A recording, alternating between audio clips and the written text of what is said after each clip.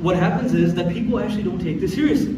People are eating, people are drinking, and time is running out, time is running out. Now, one of the things also, I'd like to say, for the sisters who, mashallah, do a great job, in the month of Ramadan, cooking, and it's not easy. One thing that, we have to learn, especially in the month of Ramadan, is to value our wives, our mothers, our sisters, who are actually cooking while observing the fast.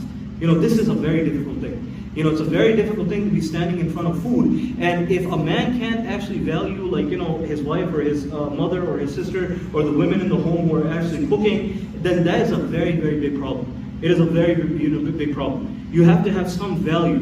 Because to stand in front of the food all day, or even if not all day, whatever the case may be, even warming up the food, and putting it on the table, for people to observe to open the fast.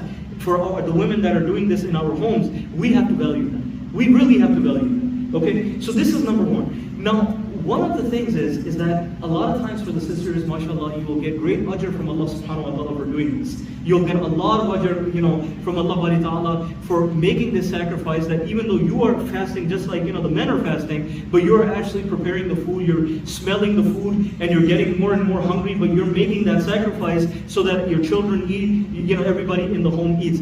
But one of the things you have to remember is that you also have to make sure that you are eating before the time of the azan of Fajr is entering.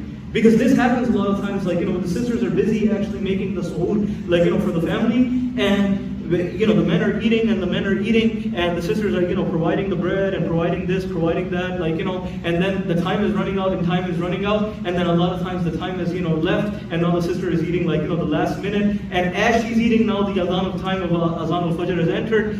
So basically, we have to make sure that, that even for the sisters, have to make sure that you're cutting out all the food before the time of Fajr is actually entering. Now, for the brothers, one of the things that I would like to mention is that, and I know that this is something not popular in the Muslim communities, and anytime you talk about this subject, half of the people like you, half of the people hate you. But the truth of this is that in Islam, there is nothing wrong if the man also helps out in the chores of the household.